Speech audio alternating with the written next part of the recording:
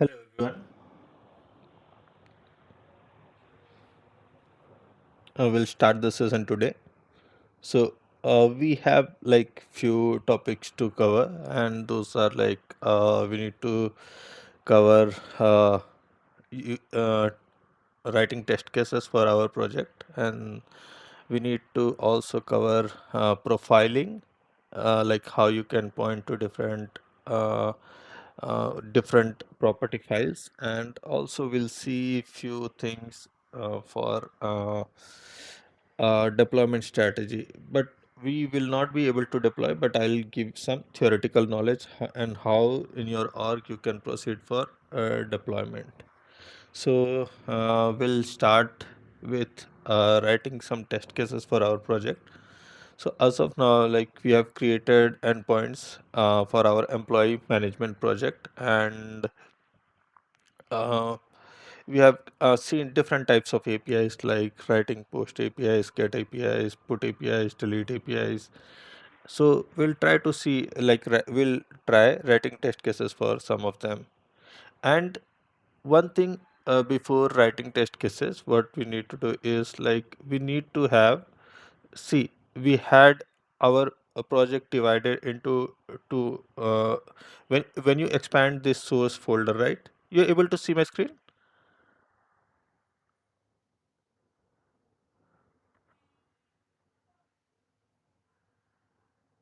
Yeah.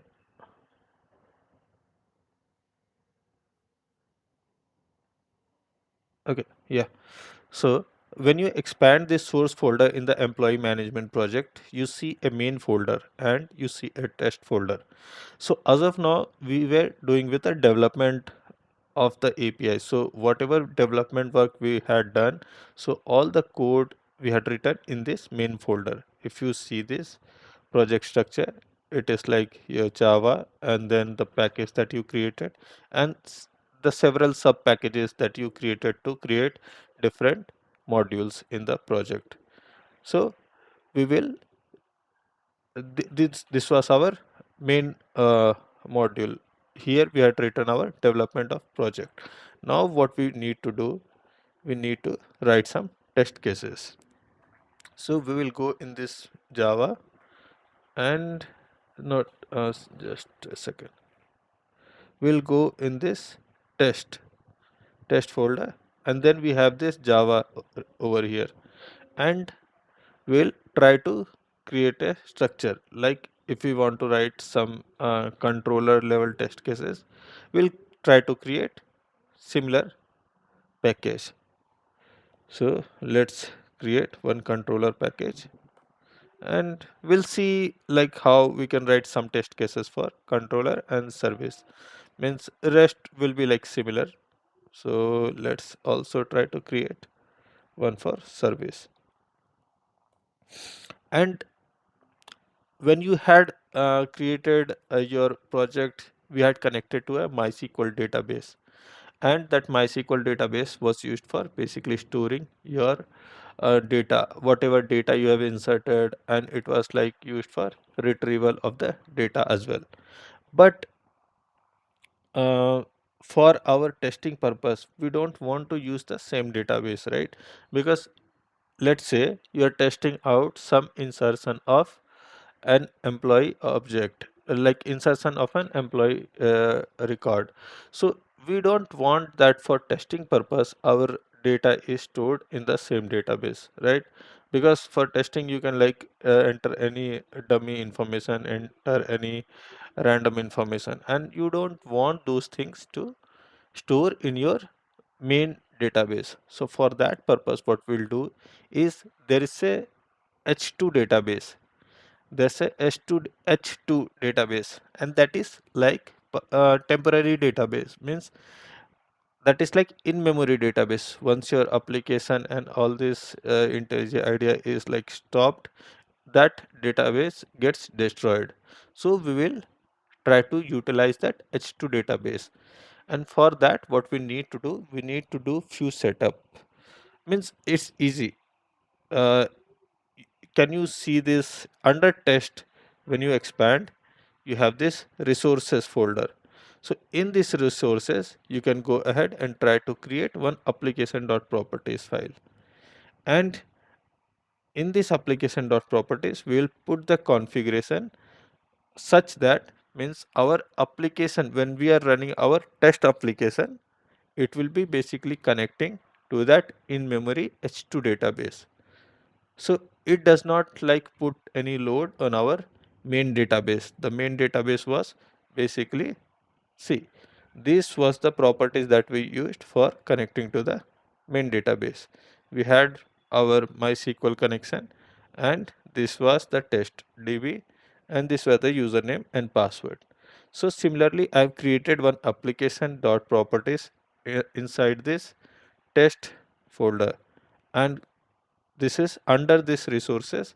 It is similar to what is in the main folder, like it is in source main resources application dot properties. Here for the test module, it will be source test resources application dot properties, and I have written down the properties which will be required for the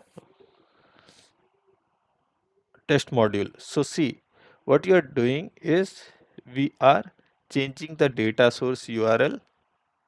This is JDBC H2. H2 means this denotes the database. Like here, when we used to connect to our primary database, it was MySQL. So similarly, this is H2, and this is memory, and this is testdb, means we want to create some database name which is called testdb. And for this, you can use this driver name like org.h2.driver. For our main database to connect, we had used this driver com.mysql.cj jdbc driver. And the default password and username for uh, this H2 database is the default username is SA, and the default password is empty. You don't have to like provide any password, because this is a temporary database which can be like destroyed after your application is stopped. And you can add like spring.h2.console enable to enable the enable this H2, means that in memory database needs to be enabled. So you can add this H2 console enabled. And we can also add this Spring JPA database platform as that Hibernate dialect. We can provide this Hibernate dialect as well here. So H2 internally will use this and will try to generate some tables. So now how do we generate the tables? This was just about the configuration stuff. This was just about the configuration stuff. If anyone wants this, I can like send it over chat. Let me send it over chat. Okay, this is not getting copied by.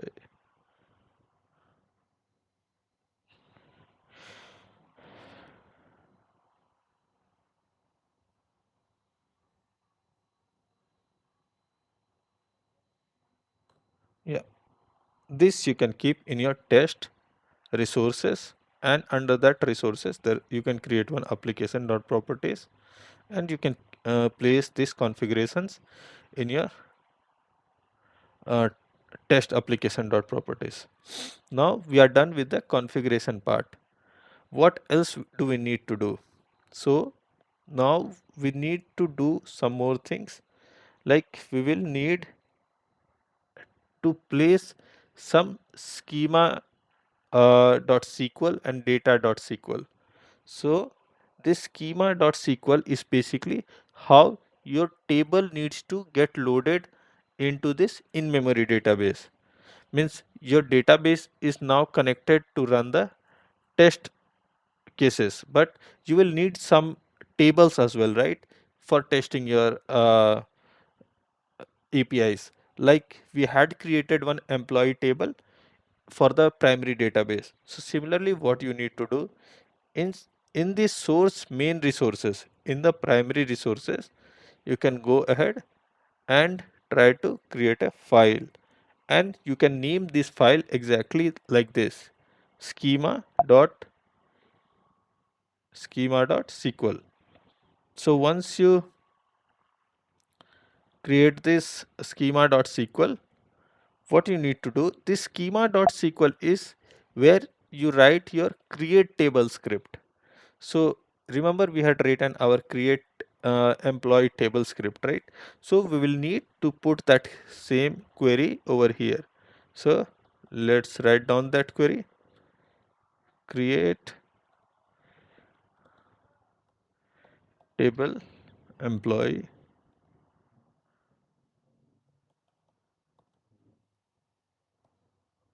and we had three fields, that is ID, name and age.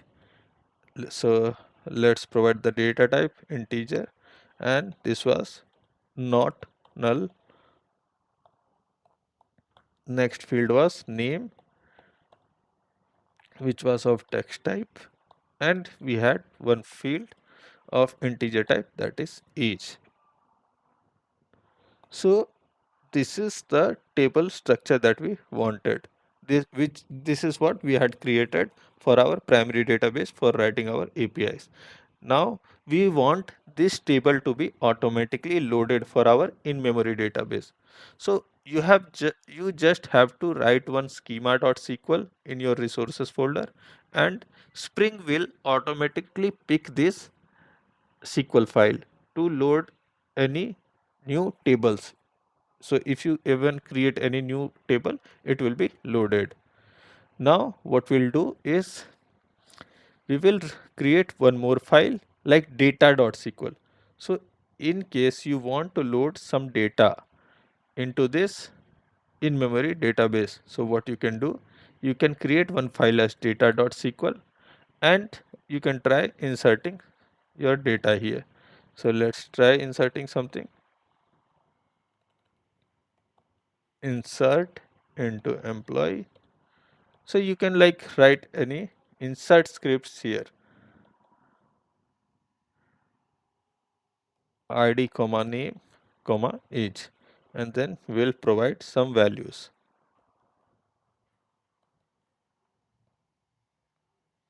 1 comma John comma, let's say the age is 20. So this is a sample example of one of the insert queries which we will write in this data.sql. And this is the create table, means you have created your table in your for the in-memory database. So you have done few of the things now, means like we have created the application.properties in the test folder, and we have provided the configuration for connecting to the in-memory database. And then what we have done is we have created a schema.sql where we have the create table script, and in the data.sql you have the insert records into the database. So those scripts are placed in this data.sql. Now we'll go ahead and try to write some test cases. So here I've created one controller module, means one controller package, where we'll try to write the test cases for some of the APIs. Let's create a class employee controller test, employee controller test, and we'll need to do few of the. Now we will require some more annotations here, like when we created our controller class we required some annotations. So here as well we will require some annotation. So in order for our Spring Boot application to be identified, if we want this class to be identified that we are using this for testing, we will use one annotation, and that is Spring Boot test. See, we had used Spring Boot application annotation when we wanted to run our main application. So there's a similar Spring Boot test which you will use in the classes where you want to write your test cases. So Spring Boot test. Okay, before this thing, also I would need some more configurations in the pom.xml.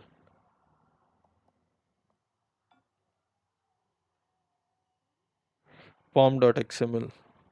Second.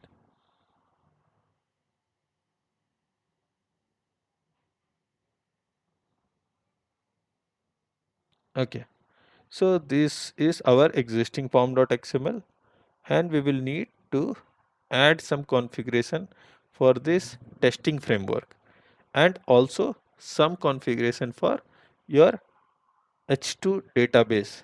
So in order to for this H2 database to be configured, we need some we will need some uh, configuration in the pom.xml. We need to load some dependencies, and we need to add this group id as com.h2 database, h2 database,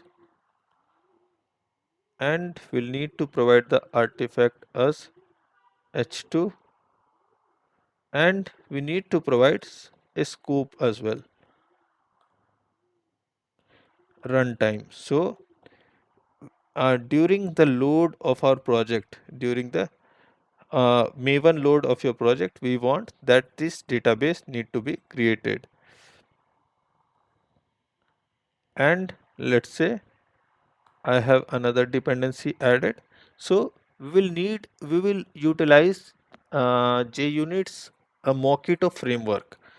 So for this Mockito framework, we will utilize this. Mockito framework is basically used for writing test cases. So we will need this dependency. Let's add this dependency org.mockito. Okay, not this. We will require another artifact ID, and let's remove this version. It will take the latest version automatically. So org.mockito, and we will provide this artifact ID as Mockito JUnit Jupyter,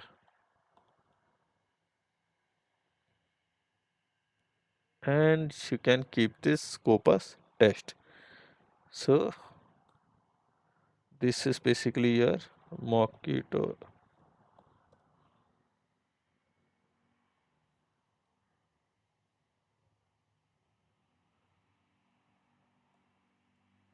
This is your Mockito, and this is your configuring H2 database.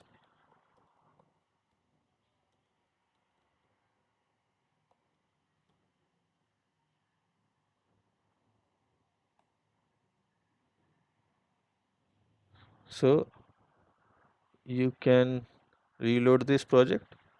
See, you have your data.sql, you have your schema.sql, you have your application.properties in your test folder, and you have made a few changes to your pom.xml, like com.h2 database. You have added configuration for H2 database, loading the dependency for H2 database, and you have included this Mockito dependency as well. So now we can get started with writing some of the test cases. So let's reload this project as well. What you can do is you can go to this Maven and reload this project.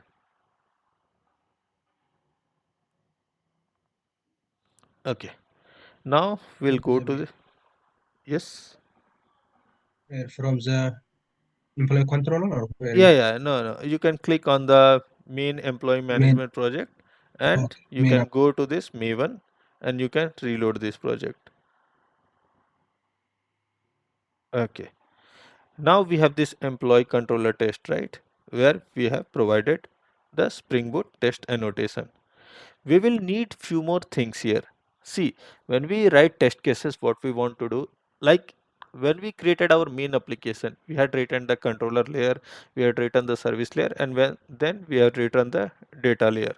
So your controller layer basically is dependent on your service layer, right? So what you will do, you will need to mock that particular employee service. Means we'll try to like inject that dependency employee service, but not with the at the rate auto wired. When you want to like utilize your uh,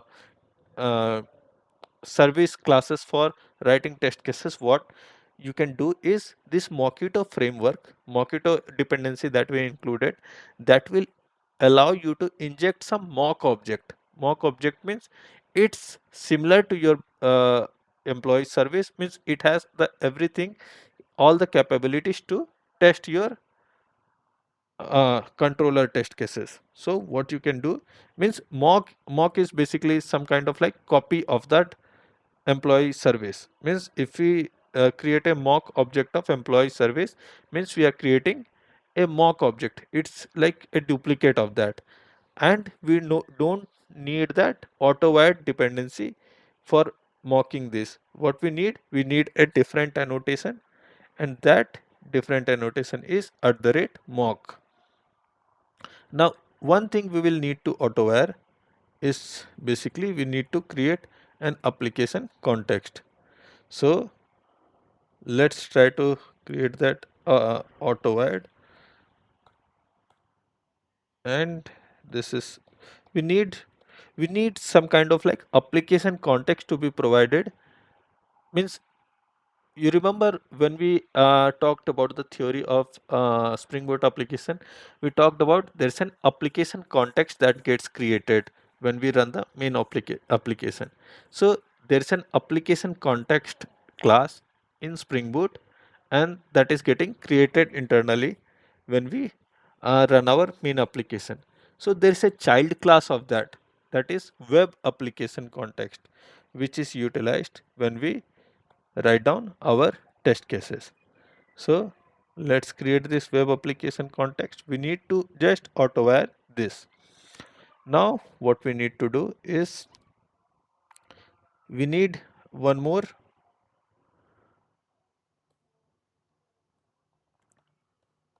we need one bean as mock MVC. So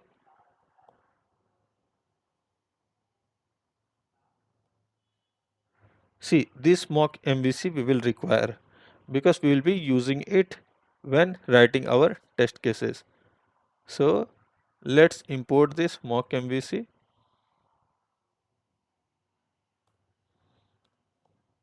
We'll see if we require or not, but let's import this. Sometimes you would require, sometimes you would not. So we will see. Okay, now what we can do is you need your employee service as well, because you have dependency, your controller classes have dependency for uh, on the service.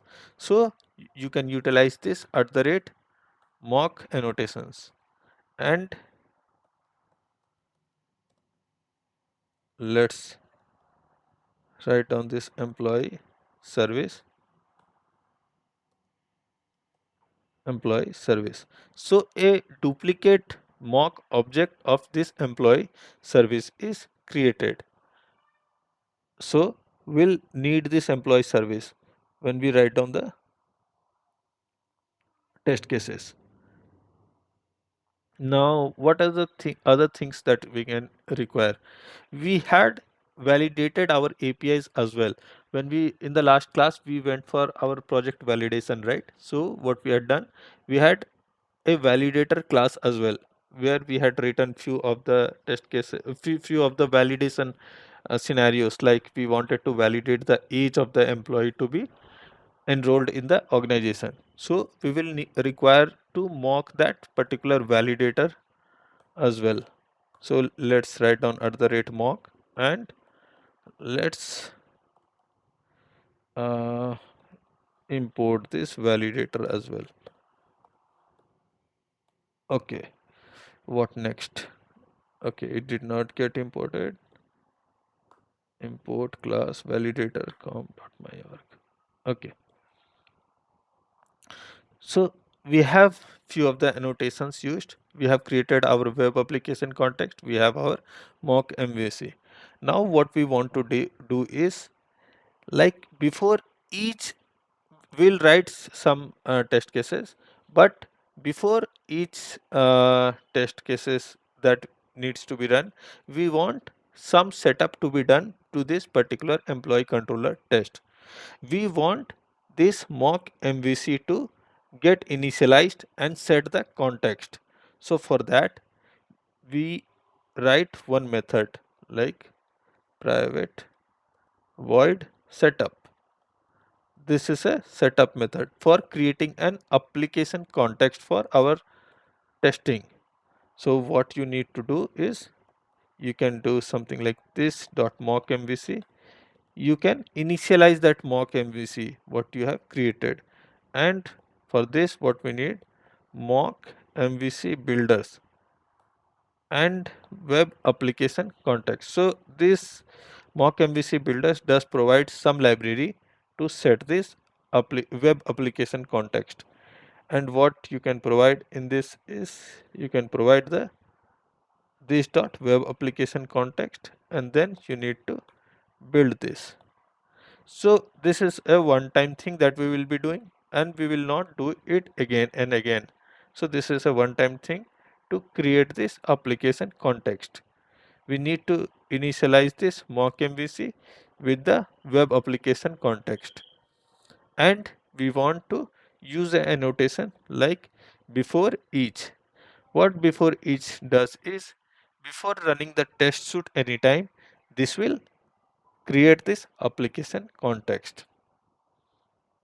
I think we are good to get started with writing our first unit test cases.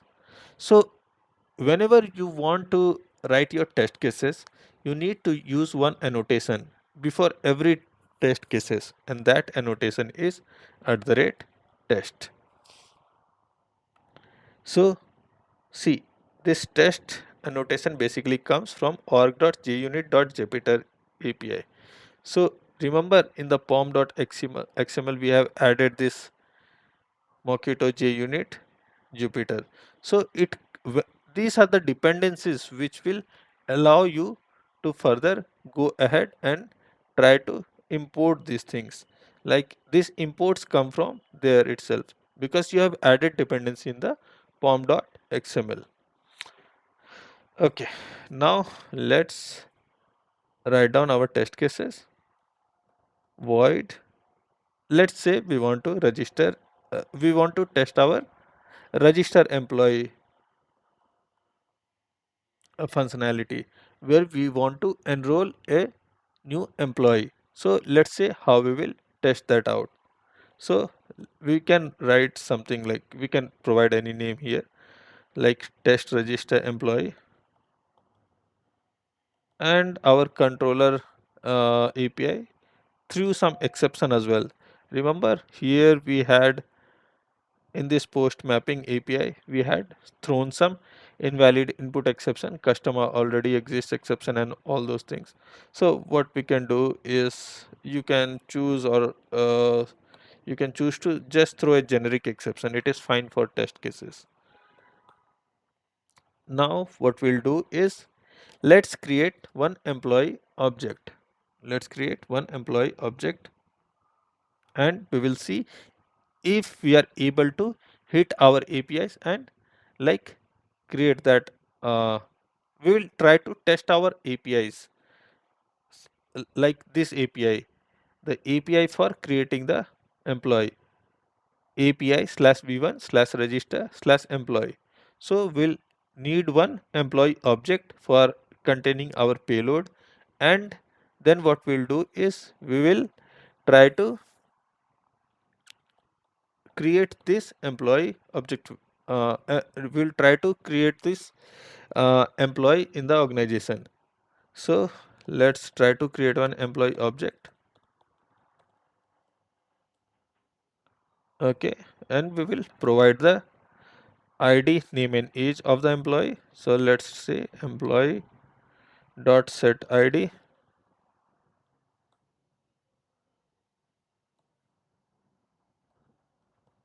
employee dot set name,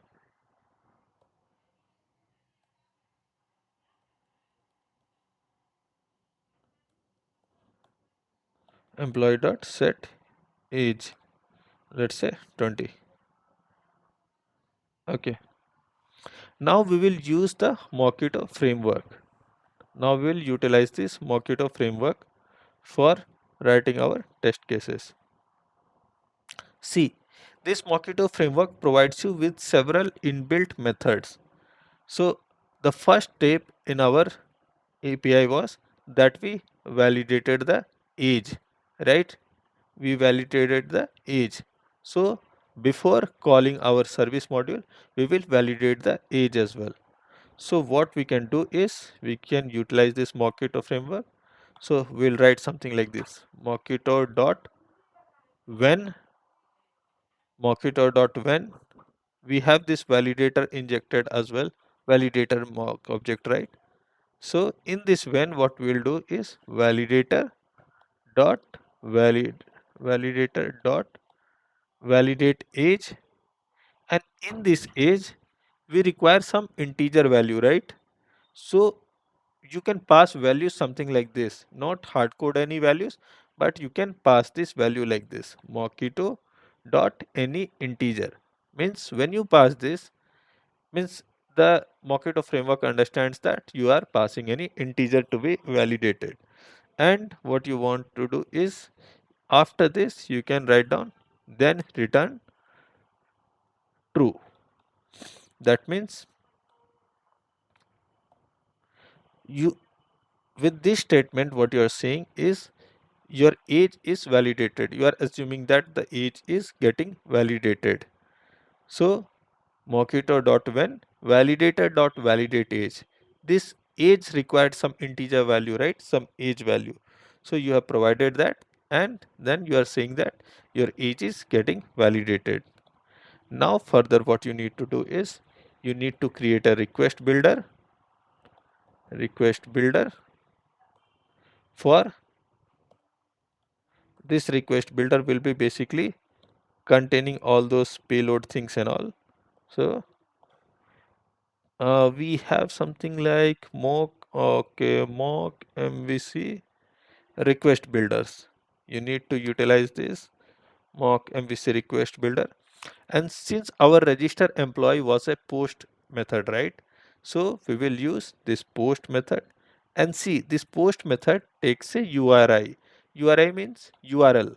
So we need to pass the URL of our register employee method. So it was like API slash v1 slash register slash employee.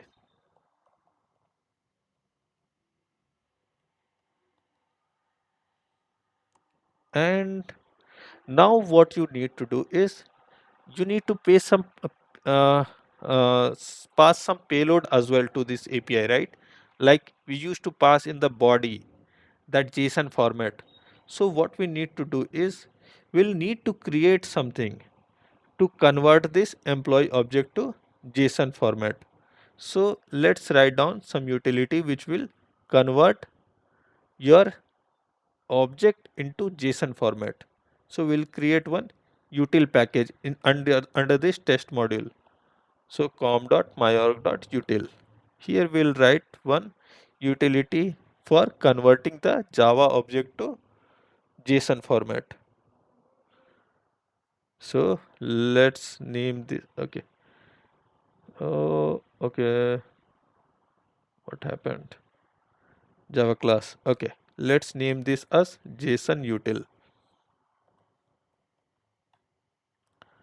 And in this class, we will just create one single method, which will basically which will take our object and it will return the JSON format in the string format. So let's create this as static method because we want this method to be accessed with the class name.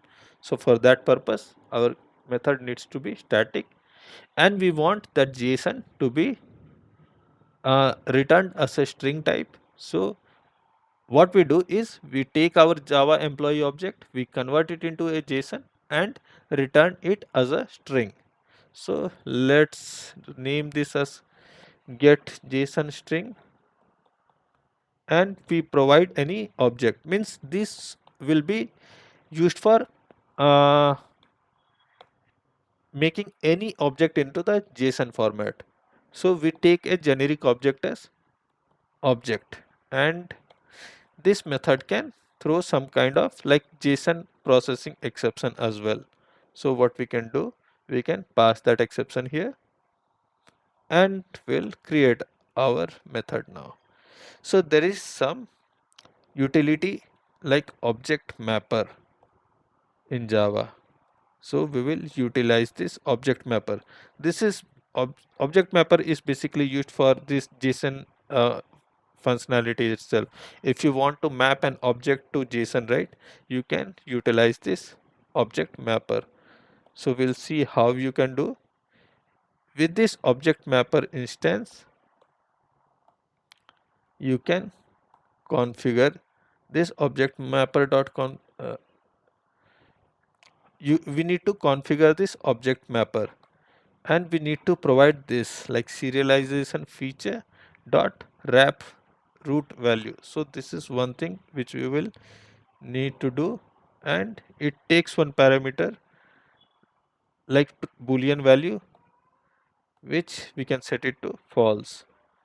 And then once we have used this object mapper, there's an object writer.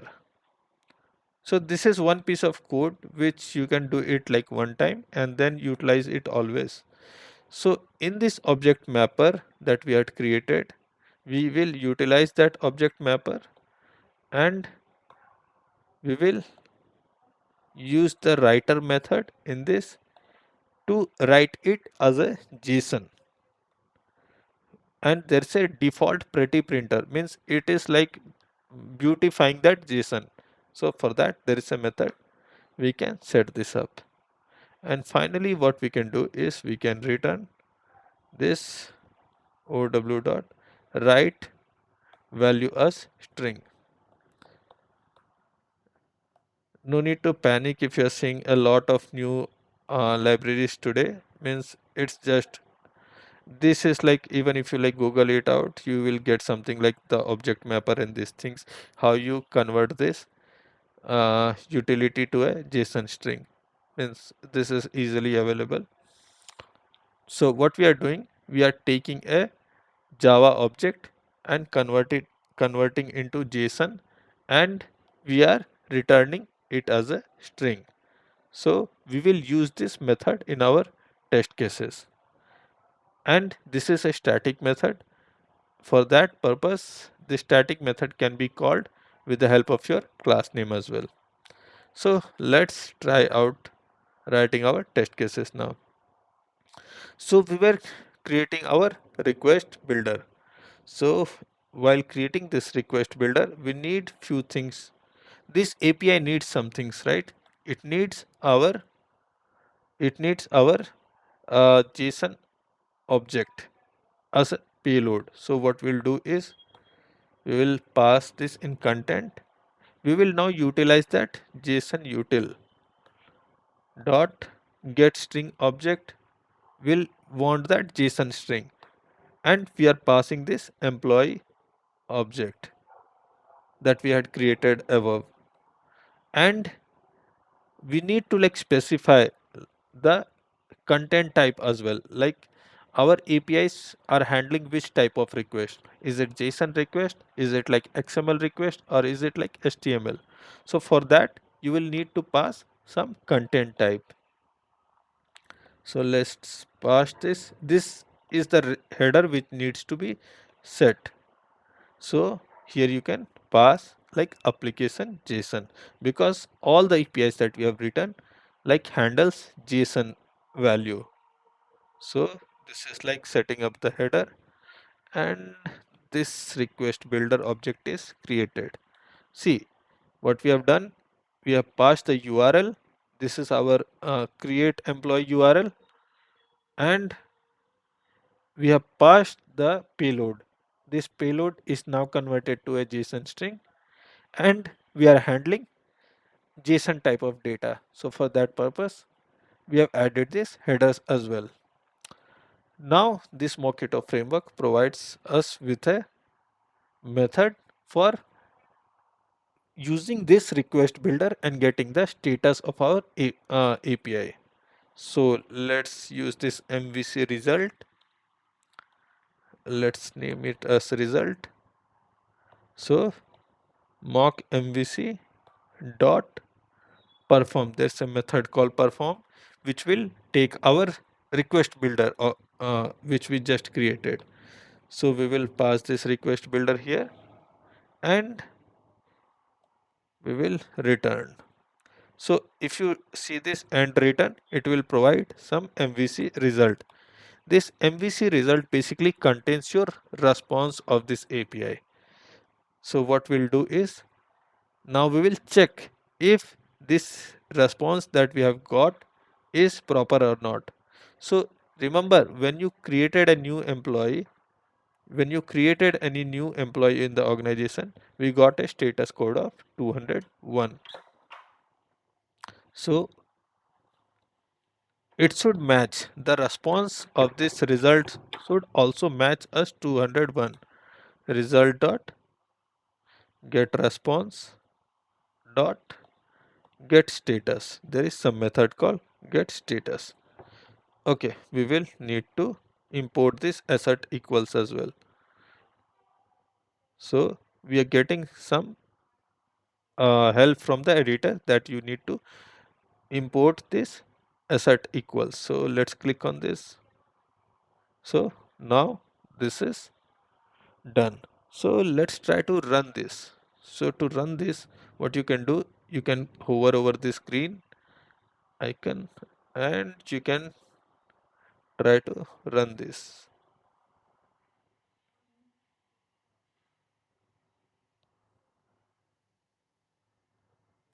Okay, this test case has passed. See, this test case has passed. If this test case has failed, you might get a failed here. You might get some red cross here if this test case has failed. So this time our test case has basically passed. So we'll write down another test case now. Okay, everyone understood this? Means other test cases will also be similar to this. Now, now that you have understood, we'll repeat the same thing again and again. Rest of the things would be repetitions. So let's test out another API. We had one API for getting all the employees, right? So let's test that out. So we will create another test case with void test get employees, and let's again pass this throws exception here, and let's okay, we'll try to see get employees basically returned us a list of the employees as the response, right, and a status code of 200. So we'll see some of the things. So in this example, in the previous example, right, test register employee, what we did was we uh, created our payload and we passed it to the request builder. In this request builder, we also passed out the exact URL which we used for creating our which we were using for hitting our APIs. So similarly, we will utilize the same for getting our employees as well, for testing this get employees feature. So this API basically returned us a list of the employees, right? So this list of the employees will be required. So let's say what you want to do is you want to create a list of the employee. Let's import this list. Let's name this as employee list and new array list. We'll create a new array list for this test case. Let's create one employee object. Okay, let's say I'll just copy this employee object, and I've copied this employee object and I will add it to the list that I've created. I have a list and I will add this employee. I will add this employee object to this employee list. Okay. Now we have done, now we have created a list of employees. What we'll do is we will utilize again the Mockito frameworks. So we'll use this Mockito dot when. So for getting the employees, for getting all the employees right in our API, just see this. What URL we had used was slash employees, and this should be prefixed with the base URL. So we will try to do the same here. It was like slash API slash v1 slash employees, and we were calling our service method that was get all employees. So we'll try to see how we can do that. So what we'll do is this dot employee service dot get all employees, this was the method, right? Dot then read. Okay, so we are calling that method dot get all employees, and what we are expecting to return employee list. See what we are trying to do is we are utilizing this Mockito framework. Means if this method of get employees, if get all employees method is hit, which is there in this service layer, then we want this particular object to be returned. And see, there are two things that we are doing. We are utilizing this Mockito framework to return as a output, which is this employee list. And now we will be creating one API with the request builder, which we will hit. And then what we'll do is we will like verify whether we are getting the same 200 output or not. So we'll try to again create that request builder. So let's create our request builder again. Request builder. Request builder is equal to, we can use the same type of code like mock MVC request builders. So we will again use the same mock MVC request builders dot. So this is a get API, right? So we will use a get here, and then we'll pass the URL. So in the previous example, that was a post request. That's why we have used this post. Now we will use this get request. So slash API slash v1 slash employees. This was our URL, and we need to again pass this header. We need to again pass this header. So I'll just copy paste it from here.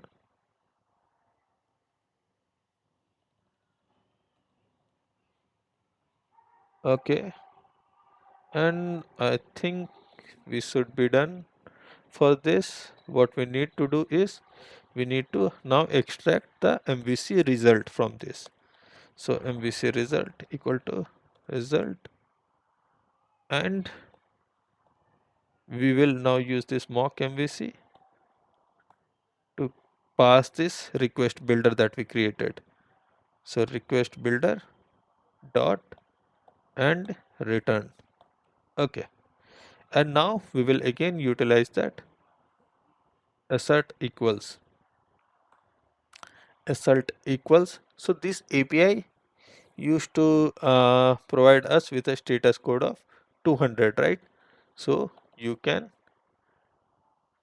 check if your API that you have like you are trying to hit with your Mockito framework? Is it providing you a response status of 200 or not? So get response dot get status. Okay, let's try to run this. Oh, why am I not being able to run this? Okay, I've missed out this at the rate test annotation here. If you do not provide this at the rate test annotation, means this method cannot be like tested. So in order to specify that this method is a unit test case, you need to provide at the rate test annotation.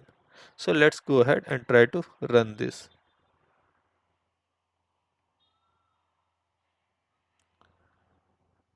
Okay, okay, our test case has passed. We are able to test this get employees.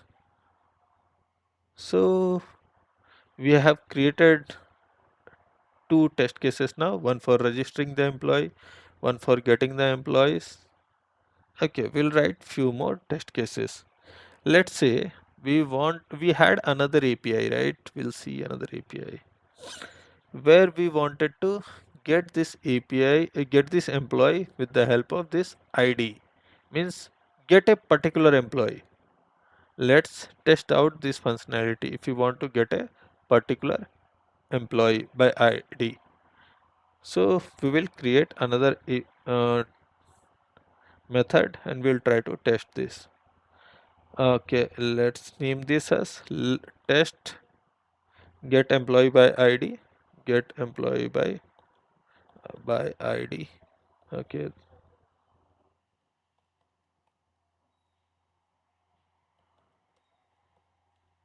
throws exception. Okay, now let's copy this. See, this API returned us a single employee object, right? So let's try to create one single employee object as the output. And what we'll do is we will again use this same thing, mockito.when these dot employee service, and now it would be it you would see that all the code is like similar. So get employee, this is the service method, and what we'll do is we'll use it to pass any ID, and ID was basically of type integer. And if you pass this, what we need is we need to return any new employee, or let's say we can pass any new employee here. And then again we will create this request builder, request builder. Now it would be like all the test cases that you write to test the APIs, right?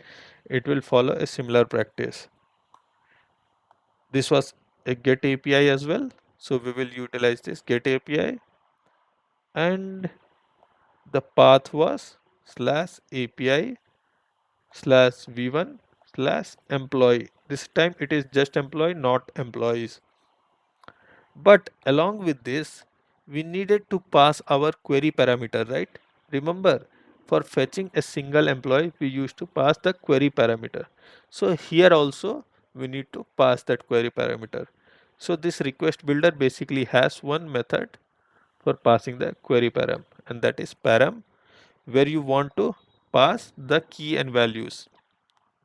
So key is basically ID, and then we want to pass the value, but this value should be wrapped in a string here, because this takes keys and values both in the type of string. So we will need to wrap this value as string itself. Okay, our ID would be 20 here, and what we would do is we would need again this header content type as JSON. So this header content type is JSON here, and okay, I think this should be good here. We are done creating our request builder object. We have provided the param. Okay, we need to do one more thing. we need to do one more thing, that is we need to uh, pass this content as JSON content. We have created one utility method, right? We will utilize that as well. JSON util get JSON string. Okay, now let's test out whether this works or not. We will create our MVC result, and we'll utilize the mock mvc.perform. We'll pass our request builder object, and then we'll return, and we'll again verify with, we can use this assert equals to see if our API is basically returning 200 response or not. So let's try out, and okay, again I missed out this at the rate test annotation. Okay, now you can try out to test this get employee by ID.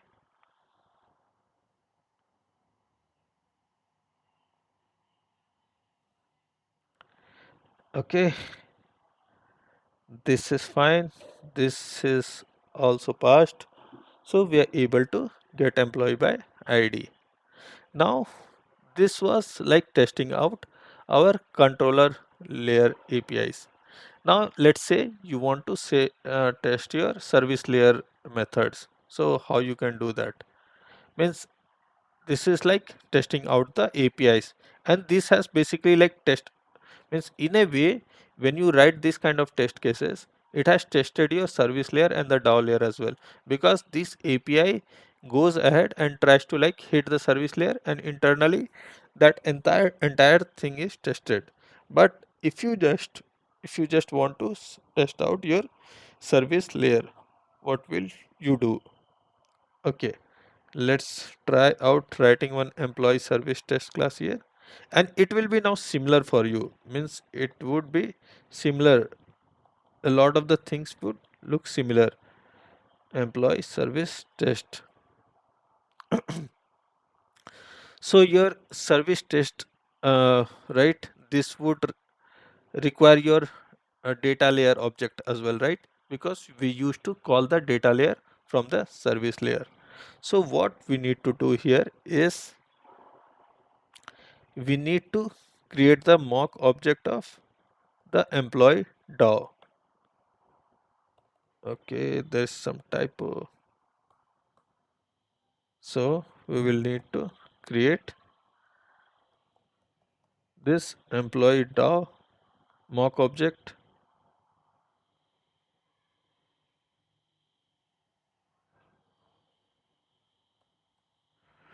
employee DAO,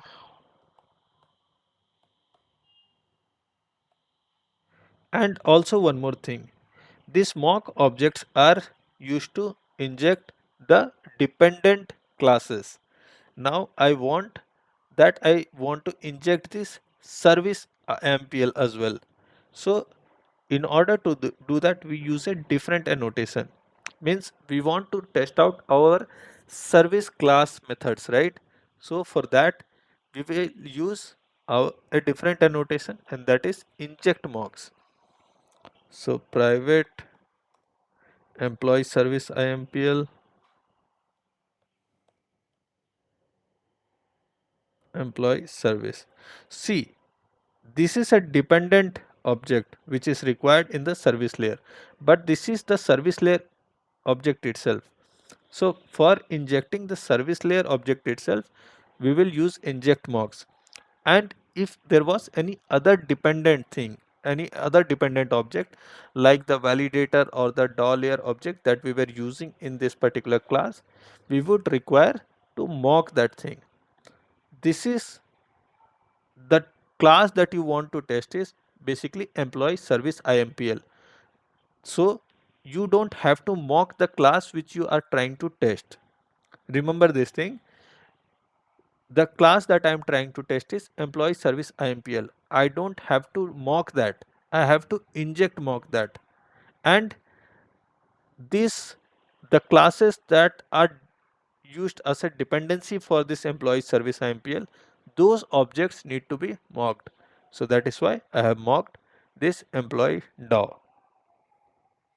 Now again here as well, what we'll try to do, we'll do a similar setup.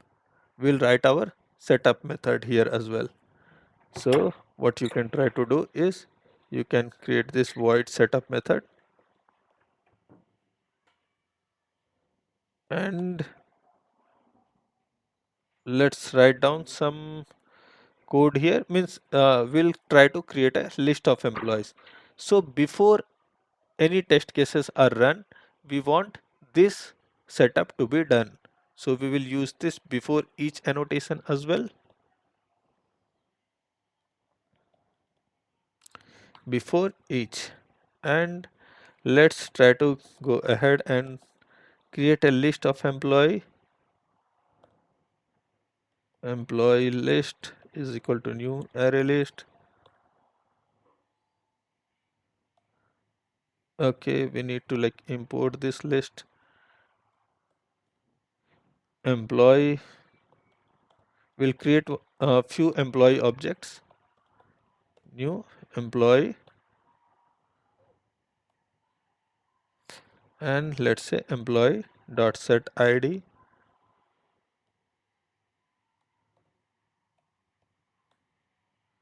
one employee dot set name, let's say it is John. Employee dot set age, let's say 25. Okay, now let's create another employee object as well, and let's name this as employee 2. Employee 2. Okay, and we'll set some new data. Let's say this ID is 2, name is Andrew, and age is 23. And we will add both these objects to our employee list. So this setup we want before each of the test cases run. So that's why we have kept it like at a common place in this before each setup. Let's add both the employee objects, employee list dot add employee 2, and now what we need to do is see our employee DAO had one method to fetch all the employees. So we are trying to hit that API, and we'll see that once that is hit, that employee DAO, it returns this employee list. Means you are trying to mock the database. You have already created the data, and what you want to do is you want to now call your data layer. Means that would not hit your actual database, that but that will hit your in-memory database, and that in-memory database is basically containing this two data employee objects information.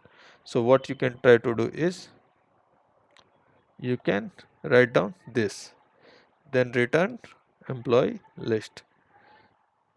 Okay, what went wrong? Okay, this is fine. So what you are trying to do is you have created some objects, and means you are mocking your data layer to send this particular employee list. Means when you like access this fetch all employees method from this employee DAO, it will not return the actual data that was set in your primary database.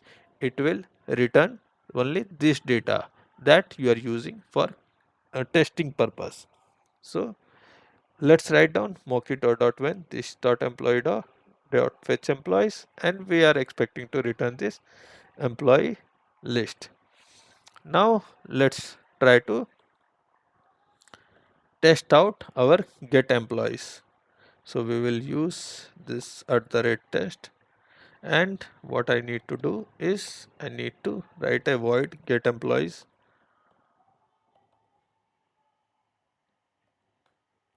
So this method basically returns me a list of the employee. So I'll create a list of the employee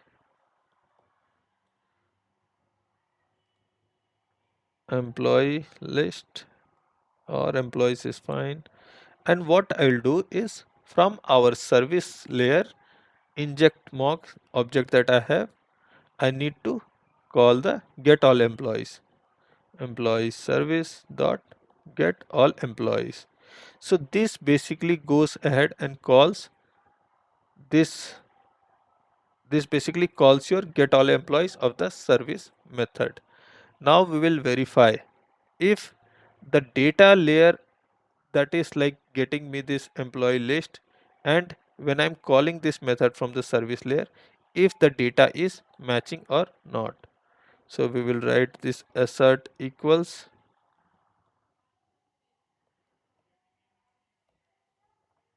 and what we can do is we can verify. See, we have added two objects to the employee list, and the first object is basically this one. So let's try to verify that the first object ID is 1 or not. So employee list, okay, one second.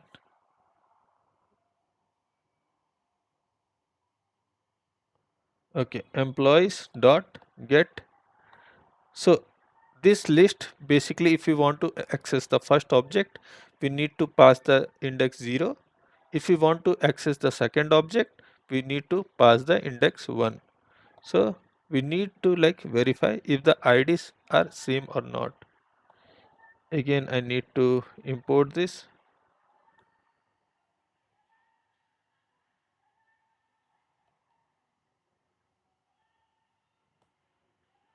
assert equals.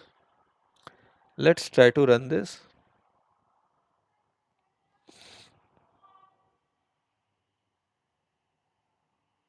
Okay, we have something failed here. What went wrong?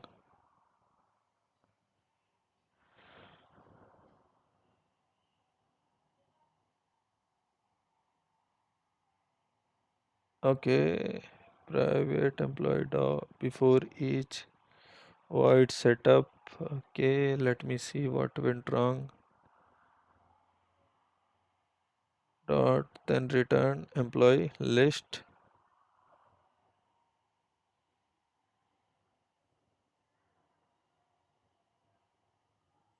Okay, one second.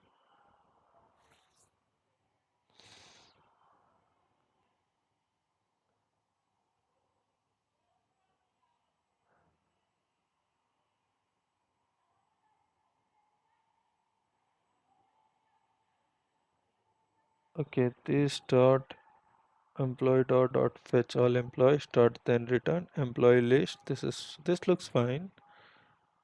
And one dot employee dot get 0 dot get ID. Okay, let me put a debug point here. What is going wrong? And let me put a debug point here as well. Let me try it. Okay, I have missed something. I have missed one of the annotations here. Remember, we have used one Spring Boot test annotation when we wrote our previous test class, that controller test class. I have missed this thing here, Spring Boot test. Okay, let me try to run this again. If this passes, it's fine. Otherwise, I'll use this debugger. Okay,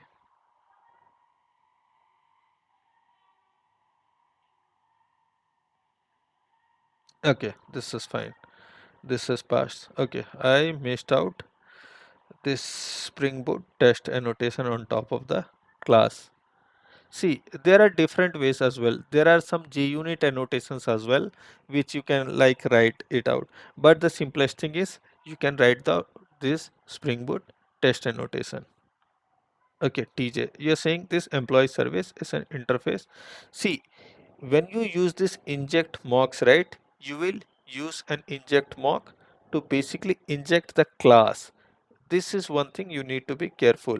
When you want to inject the mocks, you will inject the class, not the interface. But when you want to like mock anything, you can use this mock object over the interface. Means this employee DAO is an interface. You can easily mock this. And for inject mocks, you will need to inject the class. So we have tested the get employees method.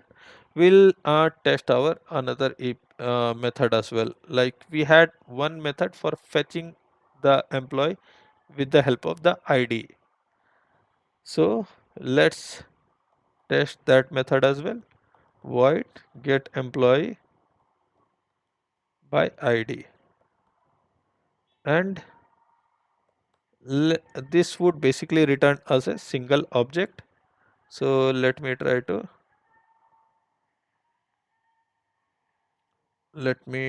to create some object here like employee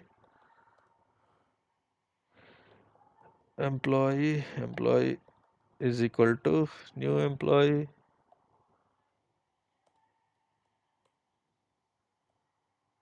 and let's set some id employee dot set id. Let's say I'm setting the id as 100.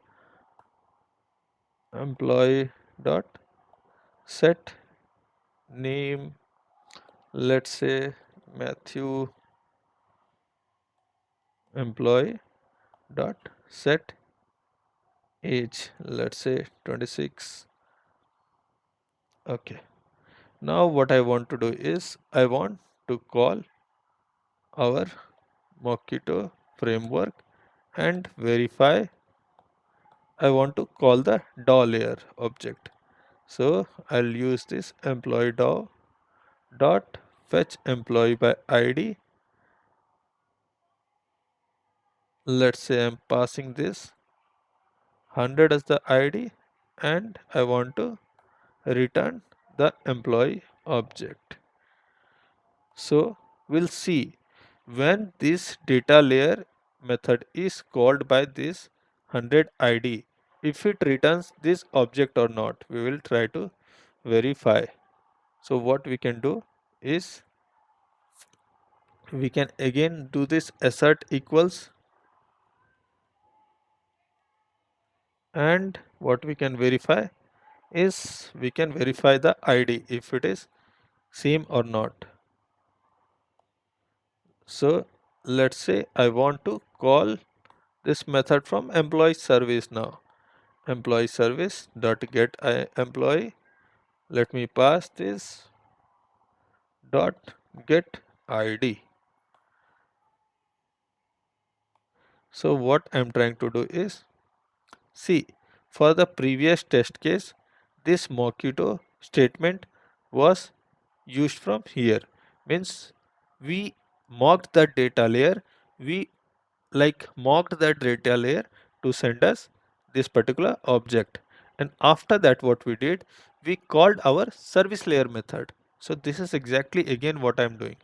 I mocked the data layer to return me this object, and what I'm trying to do now is I'm trying to call this service layer method, this get employee, and trying to see if this id exactly matches with the mocked data object.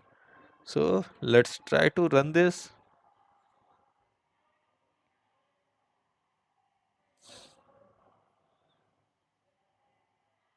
Okay, I'm running the previous test case itself. My bad. I need to provide at the rate test here, and I'll need to run this one.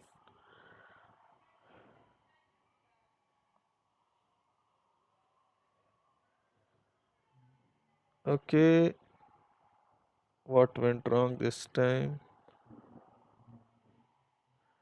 Null pointer exception at the rate spring boot test.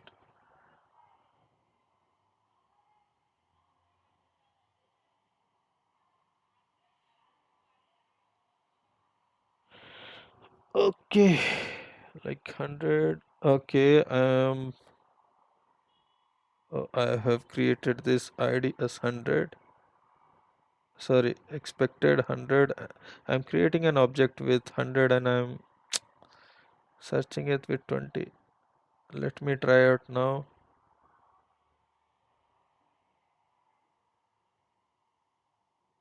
Okay, that was like I was passing some bad data because this is the object that is getting used, and this Mockito framework has to return this data, right? That is why, see, what this does is, understand this, when we are trying to use the Mockito framework to call the data layer method with id 100, then we are expecting this object to return, right?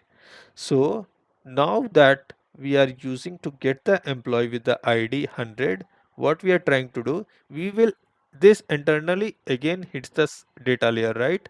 So we'll try to see if the method in the service layer works fine or not, and if that ID returned is 100 or not. So if this does not meet, then our test case will fail. If it meets, our test case will pass. So let's try to assert some more things. Like let's try to assert the age as well. Like we will verify the age as well. Get employee, and then we'll pass the ID, and then we'll pass get age. So let's try to verify this as well.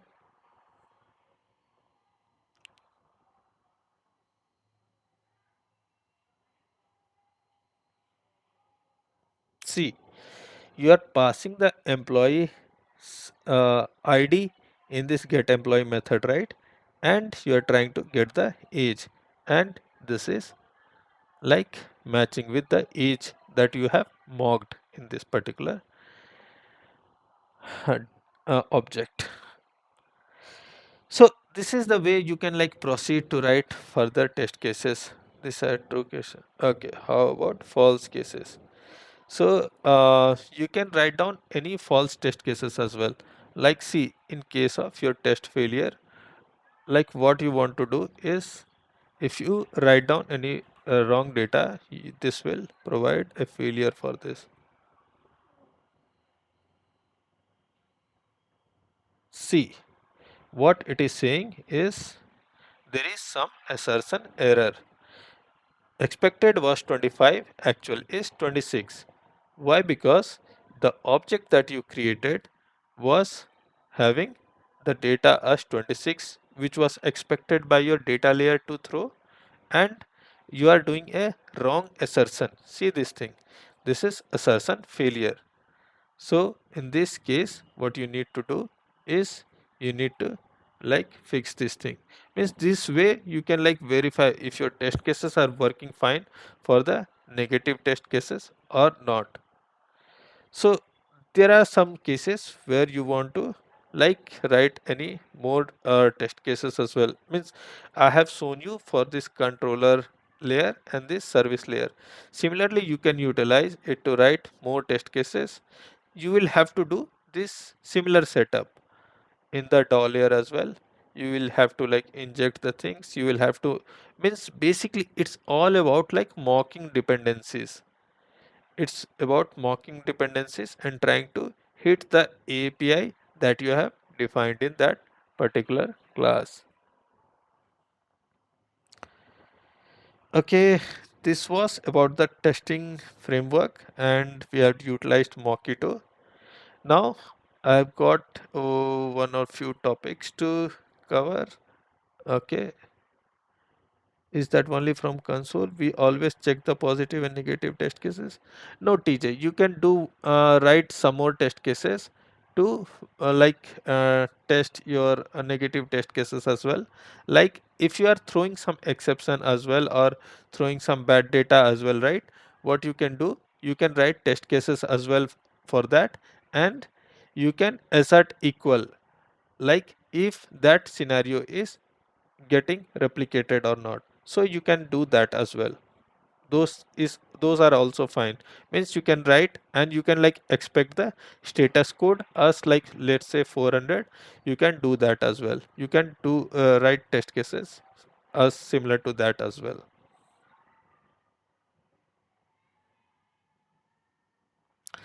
So try writing down the test cases and then you will verify you will be able to see if you are able to run your test cases according to your code or not. Means if you write down some test cases, you will be able to see if your code is working properly or not. Means whatever data you are sending and whatever response you are trying to receive, if you are getting or not. So these test cases are necessary. Means even when you work in any company, in any project requirement you have, you will need to definitely write down the test cases. Means in company, generally sometimes companies would set a norm that at least whatever code you have written, you have to cover 75% or 80% of the code with your test cases. So writing test cases is also necessary. You can like try to write down the data layer test cases as well, and you can try to write down any number of test cases. Means I had shown you few test cases which needs to be written. Now let me try to show you something about the how we point to different environments. I talked about that, right, previous class, that we need to cover this. So we will try to see, as of now, we just have a single application.properties file. Let me try to close everything else. Okay. As of now, we just have a single property file. But let's say you are working with different environments. You are working with, say, a local environment, you are working with UAT environment, and you are working with, let's say, a prod environment and all those things. So how you can, like, if you want to like point to some different property file, let's say this, I've created some files. Let me name this. You will always follow this convention, like application, then you will provide this hyphen, and then you will provide the environment. Let's say I'm having one as local environment, so I'll use this local dot properties. So this way Spring understands. I'll show you how. Again, now let's try to utilize application. We will try to create one property file for UAT. So this is one property file. See, your environment name is local for this one, and your environment name is UAT for this property file. So you can just uh, prefix that with hyphen UAT. See, in this application dot properties, what we did means we have suffixed these property files with hyphen and with the environment name. So you should follow this convention. Only then your Spring Boot will understand that these are the property files. Okay, I'll copy the same property for now because I don't have a different environment or anything set up. But let's try to understand this. This is like simple and quite easy to understand. So I have copied the same thing here as well in both the property files. And now let's remove everything from this property file application.properties. I have removed everything. So now my property file is empty and I want to point to this local property file. So what I'll do, I'll just have to use one property here, spring dot profiles dot active. And if you want to point to your local property file, you have to provide local. If you want to like point to your UAT property file, you will have to provide UAT. That is the thing. Let's try to see, like our application was working fine with application.properties, right? Let's see with this if we are able to like run our application or not. Okay, let me try to run our application.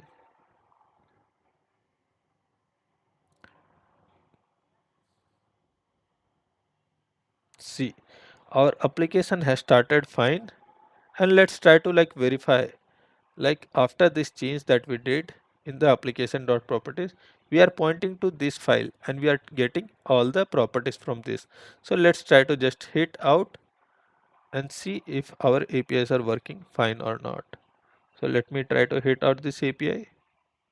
Okay, it works fine. And this works fine. So this is just a thing about checking this if the properties are working fine or not. If you want to like point to this UAT, what you can do is you can just change this environment from local to UAT. This is just a change.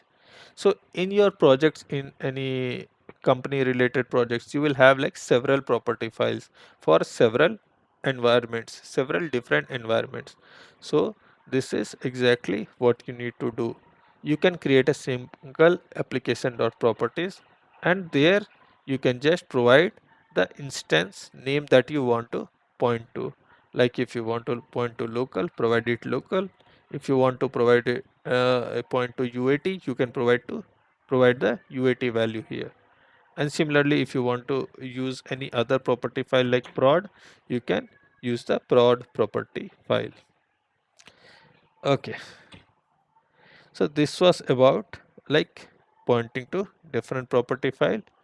We have one last topic that is left in Spring Boot that's not related to actually Spring Boot, but I think TJ asked about the deployment in last class, right? Last to last class, he asked about deployment.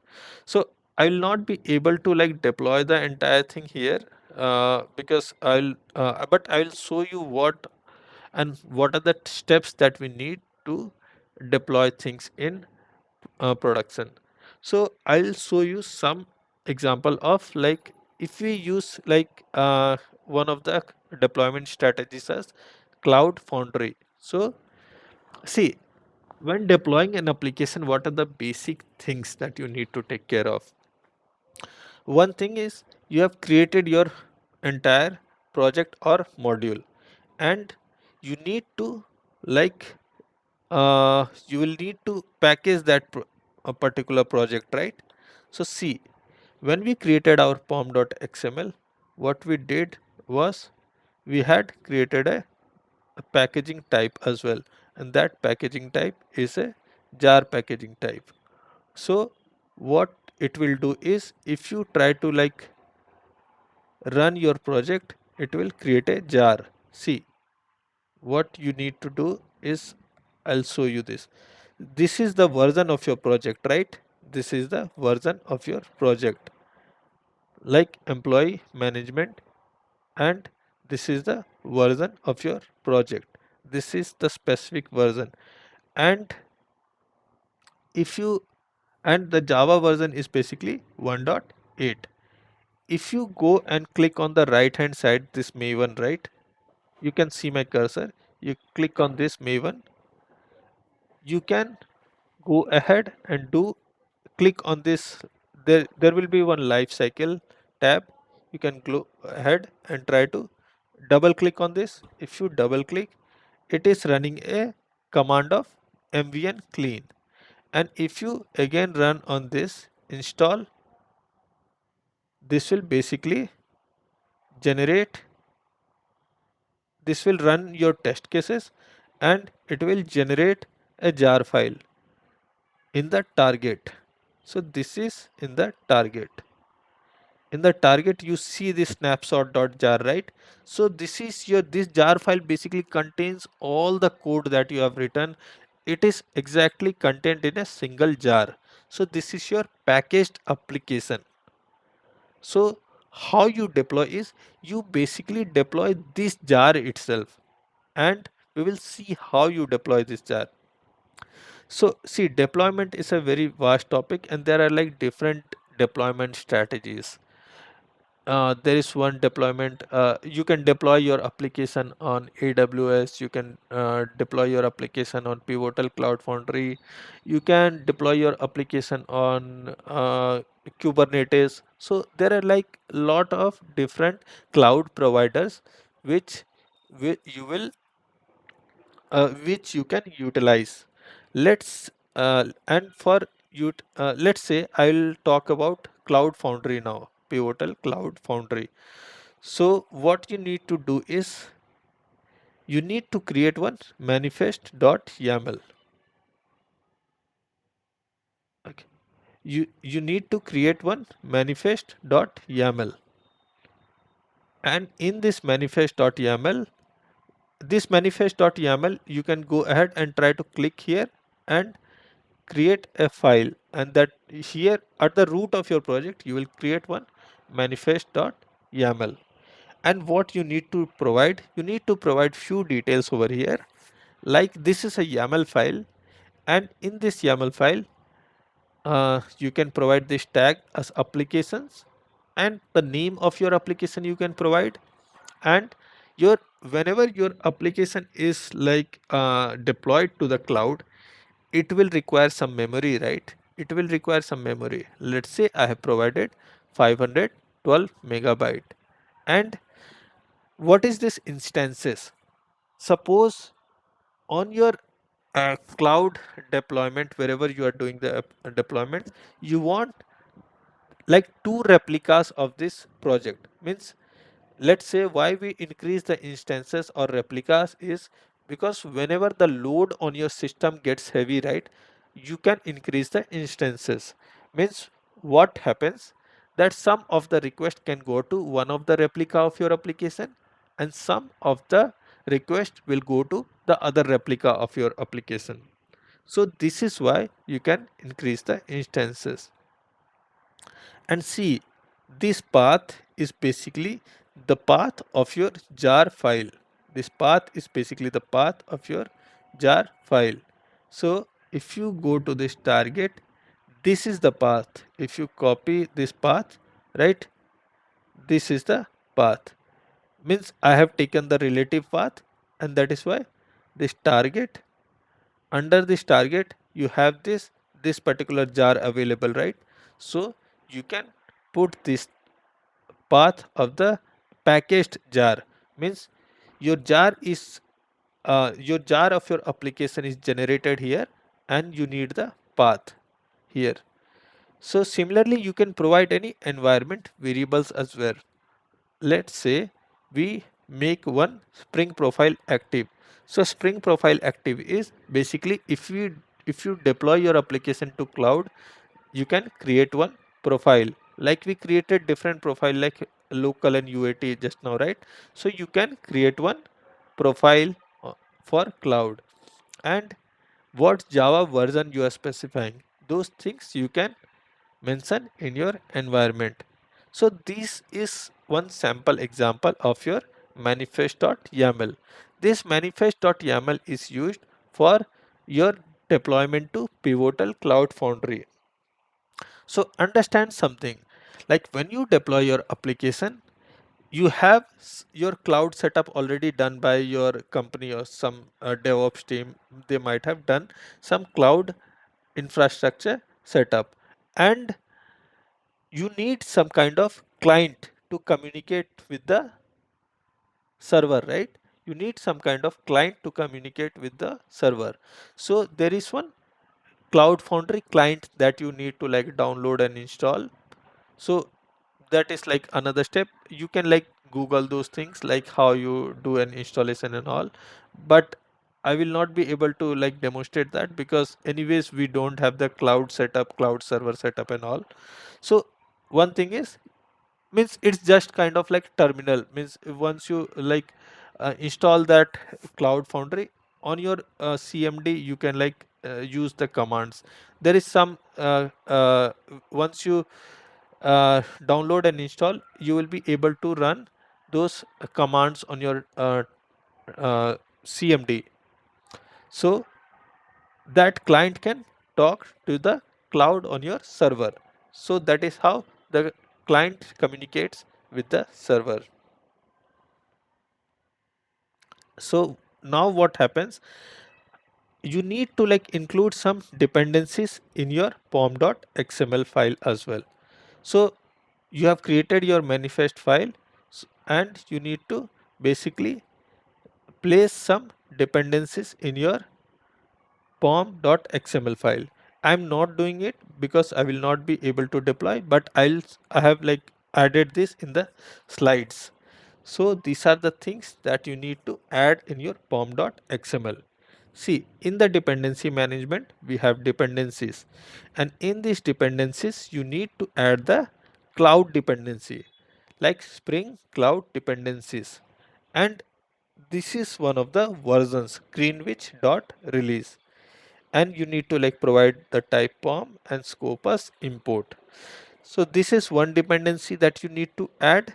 Like this will basically like enable your application to use the cloud dependencies. So this is one of the dependency that you need to add, and there are like some Spring Boot dependencies along with cloud that needs to be added. So these are another two dependencies that need to be added. This is Spring Cloud Starter, and one is Spring Boot Starter Cloud Connectors. So these dependencies you need to include in your pom.xml file.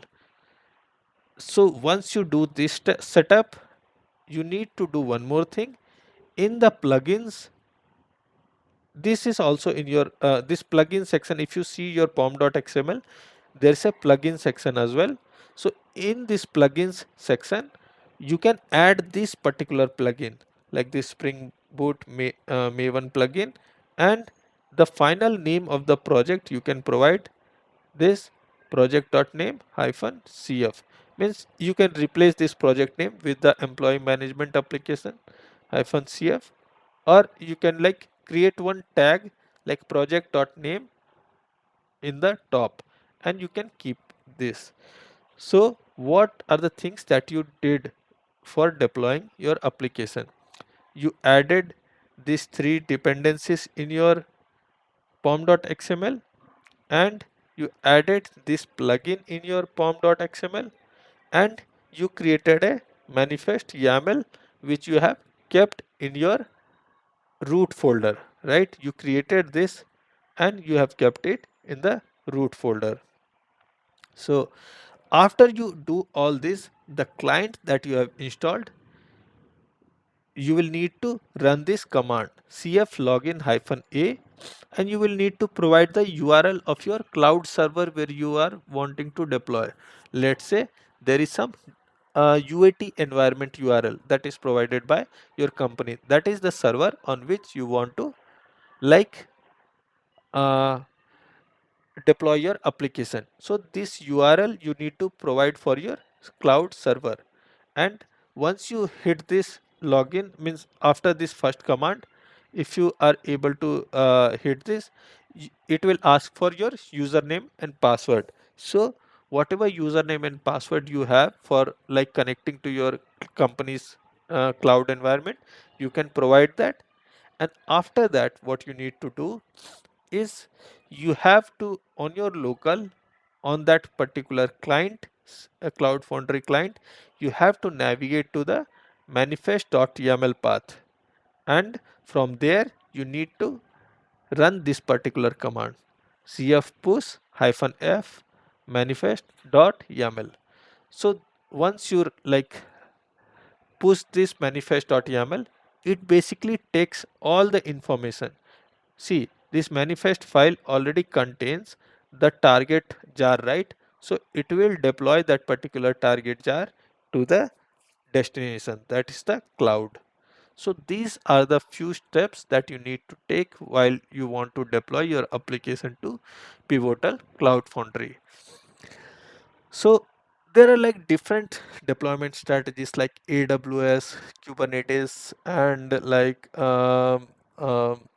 Azure, Microsoft Azure. So deployment is a lot whole bigger concept, and there's like if you want to like study Dockers and Kubernetes, there's like a lot of concepts in those as well. But Cloud Foundry is one of the simplest ways I would say to deploy your application. The deployment in Cloud Foundry is easy, but Dockers and Kubernetes comes with its all means its own added advantage. So uh, this is about the deployment of your application onto Cloud Foundry. So anyone has any questions in this deployment? Means we will not be able to demonstrate this, but yeah, these are the few things which you need to understand about deploying your applications.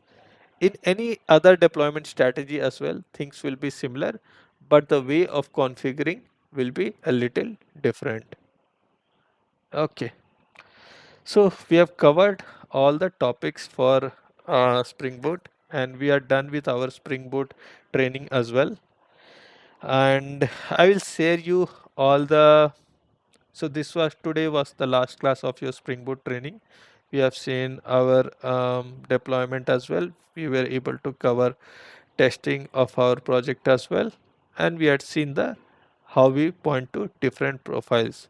So today is your last class. We will not be having any more classes. You can go over all this. I have already given this access of this particular slide to you, and I'll give the project as well along means I'll send the entire project that we have created throughout the Spring Boot training.